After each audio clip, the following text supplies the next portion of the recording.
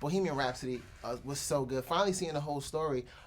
Mary and Freddie, he seemed like he owned her at points. Like I felt like he felt like she was his. And as a toxic male masculinity, we feel like we own our women sometimes. Do you guys have ever felt like, that's my gal, that's mine, it's mine, and it wasn't actually a thing, it was a person?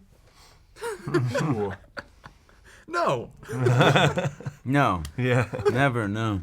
All right. Yeah. Fair. I mean, I have, but I had to sort of calm myself down and be like, oh, that is a person. Even though she's my girlfriend, she's not mine. She's her own being.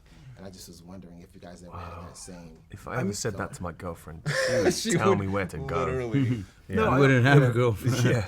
I hear what you were saying. There's like a very instinctive thing about being possessive that probably comes from like a very primal thing of like wanting to protect your mate and make sure they're yours. But in civilized society, we know that's not really appropriate. But I understand there is something, biological that's there. Maybe I'm not that civilized. But I know the first thing you guys did was the Wembley scene. And I know you practice all the movements. When did it click to you that you had it? Like, this is now second nature to me, or was it always a mental thing in your mind? I think when we got to run it in its completion, in its entirety, which of course was the last day we shot for that. But that's when I felt like it really all came together and we were just doing a performance and really were the band. It was a little bit more challenging before then when we had to do each individual song and like pick it up in the second verse or the chorus or whatever it was, because then it took a second to like get into the energy and feel where you really were. But when we got to perform it in its entirety, I think that's when we really felt like that was the most special moment where we lost ourselves completely. Sometimes it would be more exhausting just to do one of the songs and then take a break than do the entire concert, because you're running on such adrenaline that's carrying you from song to song. And then, it lilts a little bit and it comes right back and it gets you through.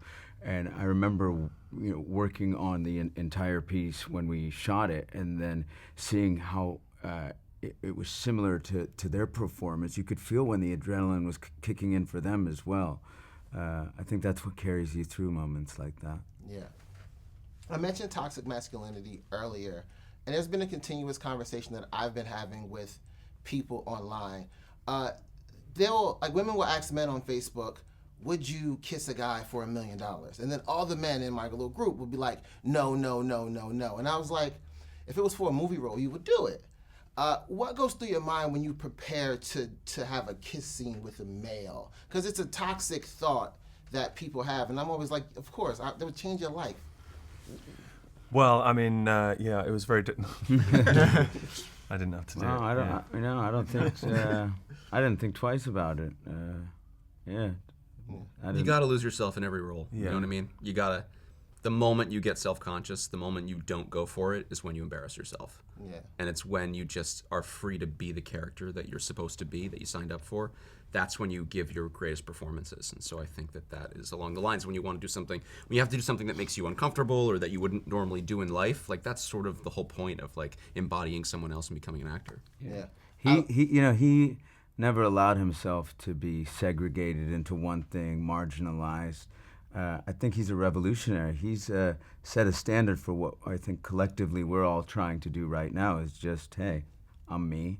You can enjoy that, and if you don't, that's your own problem. That's Freddie Mercury. How was it for you falling into this character, Mary? Because I see so much in her eyes as the character that I felt like you gave off when you're not saying stuff. You know what I mean? It's just like, then when you had to speak, you would step up to it. But how was it for you sort of getting into her mind state? I think that was actually a key to Mary. She was a coder, so her father was deaf, so she only spoke sign language at home. And so that really weighed on the way that she engages with other people, and there is obviously a lot of that focused speech, and so a lot of silence and quietness as well, because she seemed quite a shy person. So working out how to kind of convey as much of what was obviously very emotionally impactful, but translating so much obviously silently was a huge thing about Mary. And then I guess it is the kind of the usual things when you're trying to access a real person. And unfortunately, I didn't get to speak to her personally. So I would look at the interviews that she's done to try and gauge how she frames everything that she went through and what she's comfortable speaking about publicly as well. And then talking to Brian May a lot, who actually introduced Mary and Freddie. Nice. So could speak about them kind of before and then during their relationship and the impact they had. You did a beautiful job. Thank you. I felt like Freddie felt like he owned Mary at times. Like Mary was his girl. I don't know if that's right or wrong, but I know that me personally, I deal with a lot of toxic masculinity. It's a thing that men have to understand that it exists, and some of the ways you were taught were wrong, and we're changing. I wanted to know, have you ever dealt with a guy who felt like you were his, sort of that toxic energy? Ooh. I think I'm lucky enough that I haven't, not in that kind of intimate capacity. I feel like I very much actively reject that and like try and shake that off as early as possible. So, no, I don't think so. But it's interesting that you say that you see that in the film. I guess that is that thing of the kind of expectations you have of people, of what they kind of do for you. And so I think Freddie really relied on Mary as a kind of staple and center point of his life.